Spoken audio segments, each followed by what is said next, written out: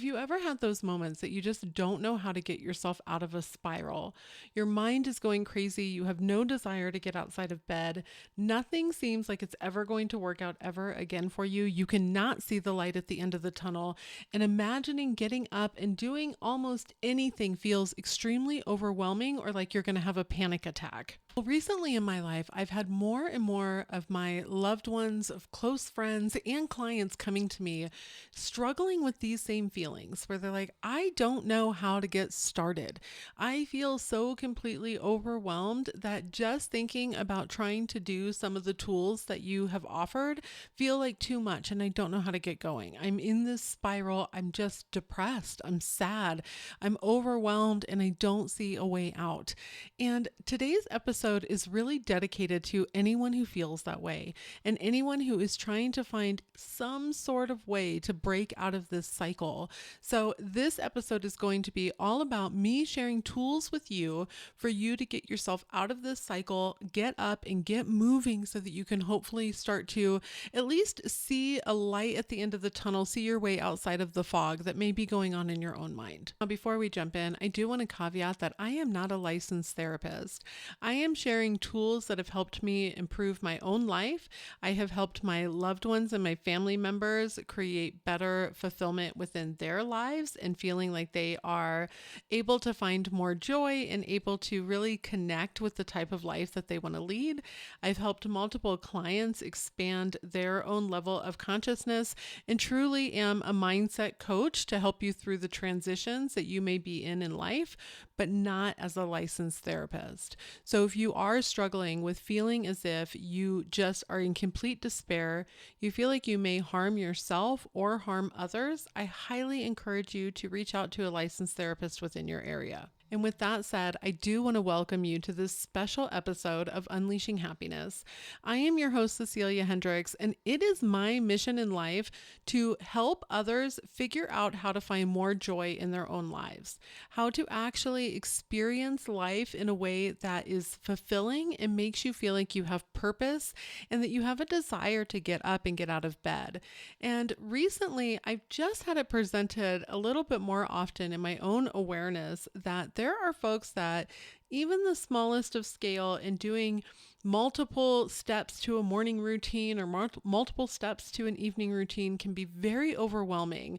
And a lot of times what really needs to happen is being able to emotionally regulate and be more emotionally and mentally resilient in order to overcome these overwhelming feelings.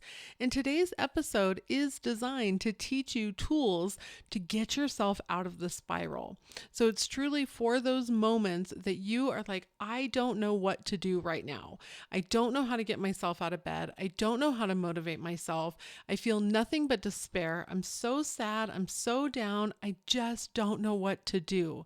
And I'm going to give you the tools that I have for you to become back into the present moment, align yourself, calm yourself, emotionally regulate yourself, and then begin on the other tools, right? My podcast is always about providing you actions that you can do to improve your own life. Now, when I talk about some of the other tools, the ones that I'm talking about is the habits, right? Looking at the person that you are and the person that you want to be and making sure that you're aligned to that person. But if you're in a spiral, if your mind is just going a million miles a minute, or you're in a feeling of deep despair, you can't get out of bed, you just don't see a way forward, you're not really able to put those other tools, those mindset tools, those visualization tools, those aren't able to be put into practice when you're feeling that way, because you have to be in a calm state of mind in order to look ahead at any type of change that you want to make in your life. So I come into recording this episode with the intention of giving you ideas of ways to better center yourself and get yourself out of the spiral. There's a quote from a Dr. Lisa D'Amour, and it's one of my favorite quotes about mental health. I saw it on Instagram a while ago, and it says, mental health is not about feeling good. Mental health is about having feelings that make sense in their context and handling those feelings well. So I want you to know that part of this purpose in this journey is not to constantly feel good. Just because you're feeling down, just because you're feeling sad or you're angry or you're upset or you're even in despair does not mean that you're doing something wrong or there's something inherently wrong with you. We all have overwhelming feelings. We all find ourselves in positions of being sad, and some of us may feel that much more deeply than others, but that does not make it wrong. The purpose is to learn how to regulate those emotions so that you can handle what you feel. And by handle, I mean actually be there with that feeling. You don't have to deny the way that you feel. You don't have to constantly force yourself to feel positive. I did that for many years. I thought that was the answer. I thought that was the key. I wanted to figure out how to make law of assumption and law of attraction principles work. And I tried to force positive feelings on myself. And I felt like I was doing something wrong if I did not feel good all the time. And if I didn't force myself to feel good and I didn't force myself to tell myself that everything was going to be okay and everything's going to be fine and I just need to ignore what's really going on. And that backfired. Because at that point, all that I was doing is I was not processing anything.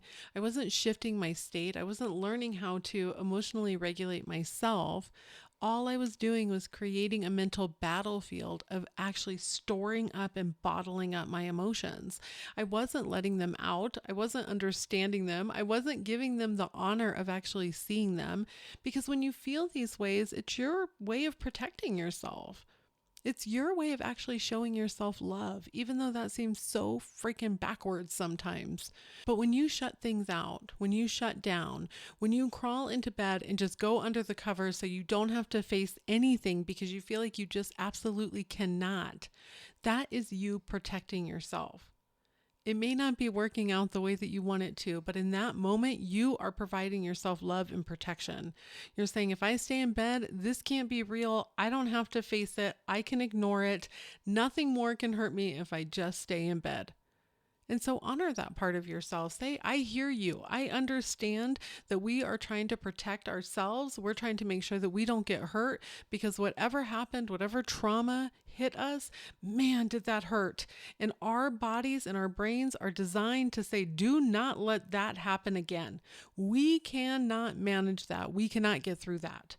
And so instead, what I want you to start to learn how to do is build the mental and emotional resiliency to stand up to those feelings and to actually handle them well. To say, you know what? Yeah, that really sucked. Man, I would prefer to never live through that again. I never want to have that experience again. I never want to feel that way again. But I know I'll survive if I do. I remember years ago when I had had my daughter. So I was 18 when I had my daughter. Her father has not been in the picture, and there was things that were just devastating for me after I had her. I lost my friends. I lost the connection with him. I felt like I was all alone. My parents were in the middle of a divorce. I was living back at home. I was a problem child, to say, as a teen. Like, I was the type of child that you wish your worst enemy would never have, right? Like, I was a terrible, terrible teen to have. I did things that I am completely ashamed of and do not feel any pride for.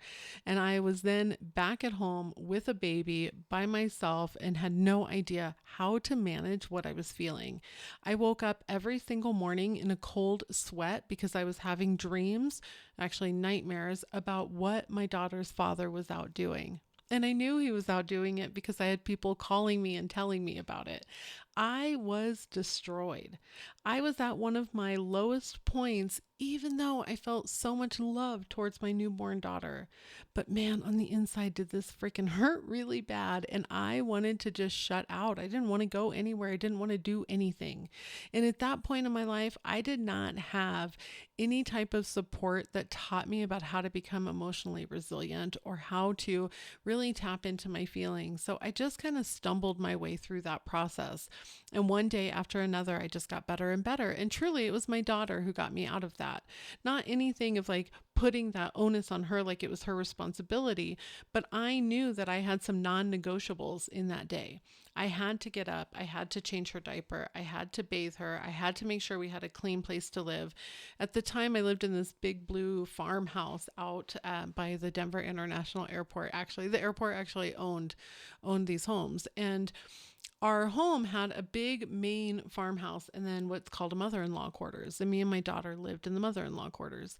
It was attached to the home. I was definitely able to go back and forth between either side of the house, but we did have our own space. And I recognized then that there was things that no matter how I felt and how emotionally drained I was, I had to get up and get these things done. And that was caring for the newborn baby. That was making sure, honestly, at the time I had some pets that I had to take care of. I had things that were non-negotiables that I had to do. And that is one of the key parts that I would recommend for you is that when you're not in a spiral, or if you're at least in the little bit of one that you can think about something to do, is to give yourself some non-negotiables. So regardless of how you're feeling, regardless of whether you want to stay in bed all day or not, what are some non-negotiables that you can set up for yourself? Those can include things like, I'm going to put my feet on the floor and I'm going to stand up for 30 seconds. Literally something like that. And I mean it. Get up, feet on the floor, stand up for 30 seconds, go back to bed. That's your non-negotiable. You can do a list of my non-negotiables are that I'm going to get up, make the bed, brush my teeth, take a shower, and get dressed. Every single day I have to do those things. If you have children to take care of, it could be my non-negotiables are that I have to get myself presentable and go get my children ready for school. And you get to make what these non-negotiables are. If you have a pet, your non-negotiable is that I have to get up and I have to feed my pet at this time and this time during the day. So when you have this list of non-negotiables, there's things that it's like, you know what? I can go right back to bed when this is done, but these are the things that I have to get done. And what I recommend is if you find yourself really stuck in a position that this is ongoing for quite a while, is that you start building on that non-negotiable. So maybe the first day you say, my non-negotiables, I'm going to stand up. I'm just going to put my feet on the floor. I'm going to stand up and then I'm getting back into bed. And then tomorrow, okay, my non-negotiable for tomorrow is going to be that I'm going to get up and I'm going to go brush my teeth and then I'm going back to bed. That's fine. And then you start to build on those. You can say my non-negotiable is going to be that I'm going to walk to the mailbox. So each and every day I need to walk to the mailbox. I'm going to spend 3 minutes sitting outside so that I get some fresh air. I'm going to eat at least one fulfilling meal per day, especially if you're struggling with feeling like you have an appetite. One of my loved ones recently was like, I just don't feel like eating. I feel like everything's crumbling down around me. And I think it's important to say, well, the very least that I can do is one meal per day and make sure that I drink a glass of water. So those are your non-negotiables. So that's my first idea and tip for you to pull yourself out of any kind of spiral that you have some non-negotiables that are already set up, especially if this is something you know you've struggled with in the past. Allow yourself to realize, okay, so what are these non-negotiables for me? What is something that I can do to provide myself some love even in these darkest of moments? If you're currently in a spiral, your mind is going all over the place, you're ruminating over everything that could possibly go wrong, has gone wrong, the disasters that are coming in the future, I want to give you some tips that you can use to try to pull yourself out of those moments. Now, the best thing to do is to make sure, like with the non-negotiables, that you have these ready before it starts to happen. So if you're currently in a spiral, if you're happening to listen to this, wonderful. Let my voice guide you through trying some of these to pull yourself out. I think that's wonderful. If you're listening to this at a different time and you're like, wow, I really need to make sure that I remember these, I recommend that you jot down some of the ones that are really standing out to you or sound like something that you would like to do, because then by writing it down, you're more likely to remember it and you can keep it somewhere that, maybe have it somewhere that this is kind of an area that I tend to struggle or I tend to find myself ruminating or having these same kind of issues. And then that way you have something to fall back on. You can go back and check, and then you can go through whichever ones work the best for you. I would definitely find and try different ones and see what really makes sense in your life and feels good for you to get yourself out of these spirals. So as always, I do recommend that you work on breathing. So when you work on these breathing techniques, I'm going to give you 2 that you can do within these moments. The breath out through your mouth that we're going to do actually signals to your brain that you are safe. So I know that feelings can be very overwhelming and they can be very, very scary, especially when it's a rush of them. It can make you feel sick. It can make you feel like your heart is like beating out of your chest. Your stomach is twisted. You feel like you're going to throw up. It can be a very terrifying experience, but reminding your body, these are feelings and emotions. I am not currently in grave danger. I can calm, reflect, and bring myself back so that we can consider what our next best steps are. What are the things that we can do to take care of ourselves? So, the first breath we're going to do is a big one in through your nose. Hold it like you feel like you're holding it at the top of your head for a split second. Then take another quick breath in through your nose. Hold it for a moment and release it very kind of a big sigh out of the mouth. So, it's going to sound like this.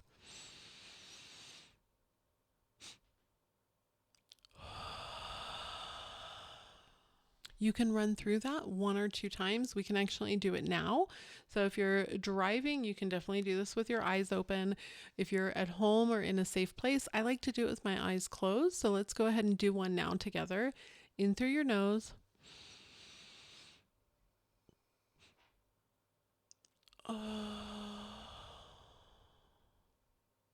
And it's really up to you if you want to make noise with your sigh out. I like to do an audible sigh out. I like to really release it. And it just will calm you. It tells your nervous system that you are currently safe. Another breathing exercise you can do is called the box breath. So you're going to breathe, you're going to take a deep breath in through your nose for a count of 4. So that's going up the one side of the box. You'll hold for 4, which you can picture going across the top of the box. You'll release through your mouth for 4, going down the box, and then hold for 4, going across the bottom of the box.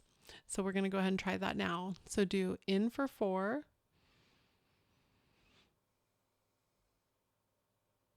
out for 4,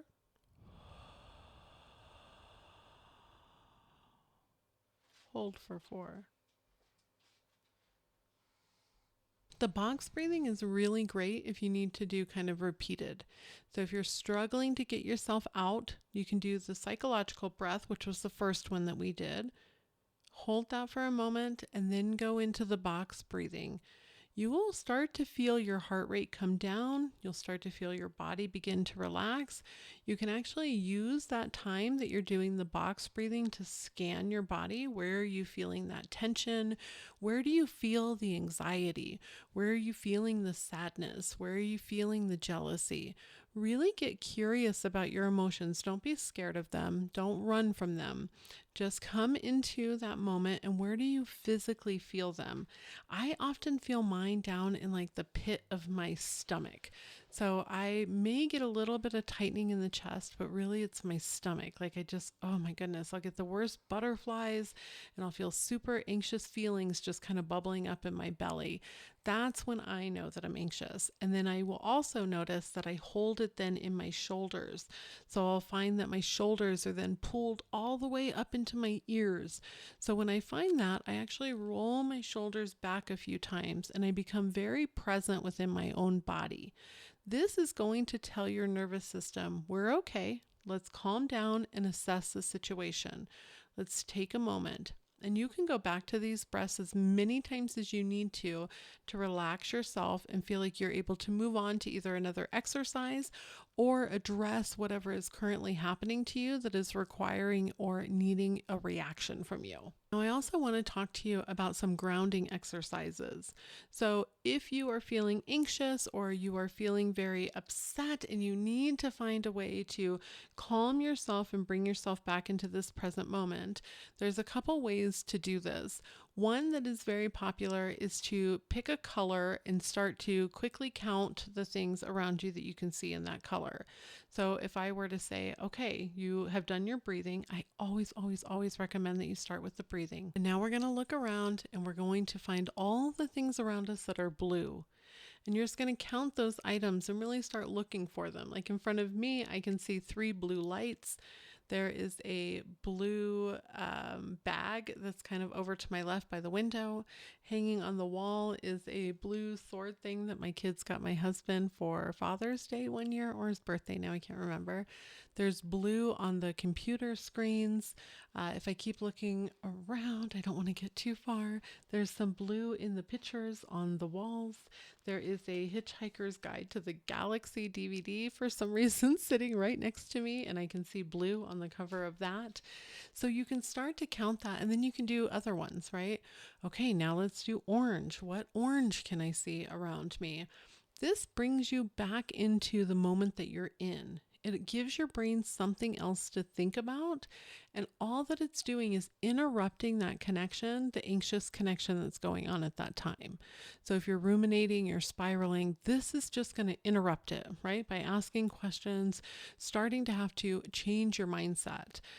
This weekend, I was actually texting with a loved one who was having some struggles, and I would ask them, random questions about like their fantasy football or what they were doing this weekend or what their dog was up to. And then that way it was just kind of breaking that cycle that they were in. And, there's a chance that they looked at that and they're like, what an odd question to ask me right now. But truly, it was about breaking that cycle that their brain was in, breaking the moments that they were in to bring them into now and needing to answer my question. You can create those interruptions for yourself. So another one that I want to teach you about is that you can actually start to tap into your own senses to come back into this moment.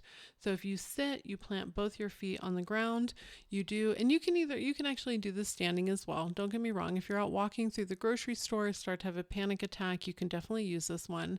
But if you're at home or at work, find somewhere that you can sit, both feet on the ground. And then I want you to start going through your senses. What are 5 things that you can see? So you're just going to look around and note 5 things that you can see. What are 4 things that you can touch at this time? So you could, imagine if you're sitting on the couch, you can actually feel the couch. You can feel the ground underneath your feet.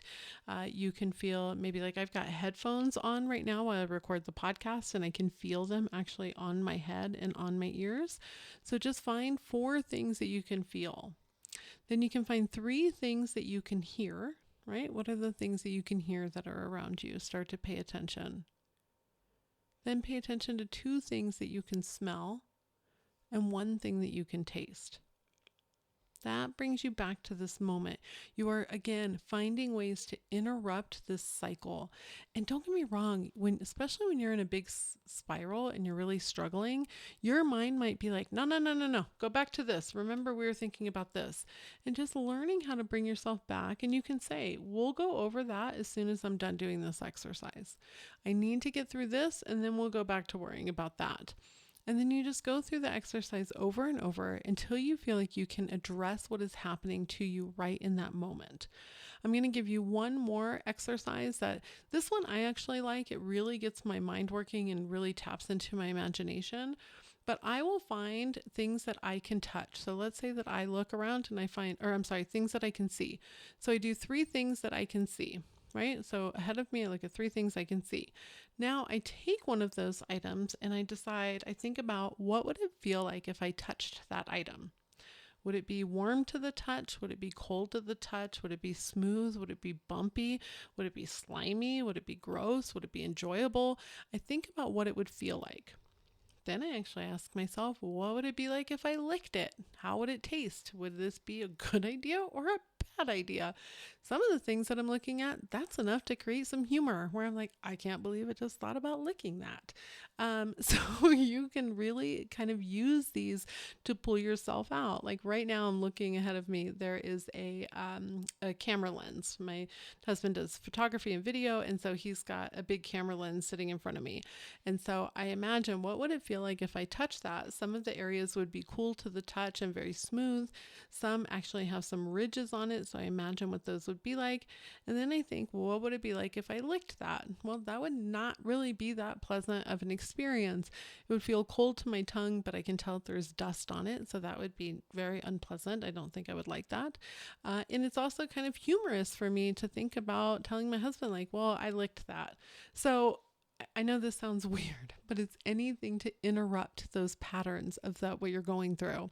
If you're outside and you see a flower, okay, what would it feel like if I touched that flower? What would it be like if I smelled this item? So start to consider that. And you go through all three of the items and you think, okay, I can see it. What would it feel like if I touched it? What would it feel like if I tasted it, if I licked it? How would it feel if I smelled it? What would it actually smell like? And you do that with each of the items that you identified. So you identify 3 items and you go through each one. What would these other sensations be like? This is truly training your brain how to relax in the moment and how to be calm so that you can come back to whatever is currently wanting your attention. You are then in a position to actually identify if this requires your attention right now or not. So let me explain this a little bit further. When you look at your life and you are very overwhelmed right now and you don't even know how to begin making these small changes that everybody's telling you to make to your habits because you can't seem to get out of this spiral, you're stuck in bed, you just can't get going, these are the tools to help you regulate to come back to that moment. Now, if you are in a period of life that is extremely overwhelming, either you are facing a crisis within a relationship, you are facing a crisis at home, you do not currently have a home, you are struggling to find a job, whatever it is, I want you to start breaking things down so you can say, what can I do now for the next hour? You can even break it down further than that. What can I do for the next 15 minutes? If you are struggling, you say, okay, I've done my breathing, I've done my grounding exercise. Now I want to look ahead. What can I do with the next 15 minutes that will help me, that will be good for me? And if that is to go lay in bed for 15 minutes, go lay in bed for 15 minutes. If that is to then go take your shower and bathe, go take your shower and bathe. Break up your day every 15 minutes. You only need to look 15 minutes ahead. If the next 15 minutes you really need to focus on a meeting at work, okay, let's spend our time for the next 15 minutes focused on that meeting. If you have a project that you need to finish, all right, we're going to spend 15 minutes focusing on that project. At the end of that time, then you're going to look again, if needed. If you're like really rolling and you're like, I feel much better, I can actually keep doing this, keep going. But when you hit a stall point, stop and say, okay, what can I do with the next 15 minutes? Can I take all of my trash out? Can I take my dog for a brief walk? Can I do a short yoga video on YouTube? Can I do a guided meditation? Can I work on a breathing exercise? Can I do a grounding exercise? Can I do some sort of a brain game like Sudoku or word search or a crossword puzzle or a regular puzzle? What are the things that you can do within those next 15 minutes? Can I clean part of my house? Can I mop the floor? Can I do whatever? Start to break it up into these 15-minute chunks for you to be able to recognize and take care of yourself without thinking too far ahead. And make sure that within those times as you're building on this, that you're starting to do things that you enjoy as well. So I always promote doing a daily joy list. And if you are struggling, I think having this in your arsenal is really fantastic as well. So what you're going to do is you're going to write out a list of things that you enjoy. Sitting out on your front porch, having a cup of coffee, reading a book, watching a movie, taking a bubble bath, petting a dog, petting your cat, whatever, swinging at the park, riding a bike. There's a whole list of things that you can do. And I want you to think about, okay, what's on my daily joy? And can I pick something from that daily joy to do within this 15 minutes? So let's say one of yours is go for a bike ride. Okay, can I spend this 15 minutes going and getting on my bike and going for a bike ride? If 15 minutes is too much, can I go on a 5-minute bike ride? Can I ride once around my block? The more that you break this down and you give yourself these small moments of wins, the more that you are actually reframing the entire way that your brain works. You will start to find yourself in a position that you're able to manage a lot of these overwhelming feelings with a little bit of more ease, I guess would be the best way to put it. This is truly how you learn how to emotionally regulate, become emotionally intelligent, and also emotionally resilient. In time, the more that you continue to practice these and return to them, the more that you'll find like, holy cow, wow, this is absolutely amazing. I'm able to manage this a little bit better.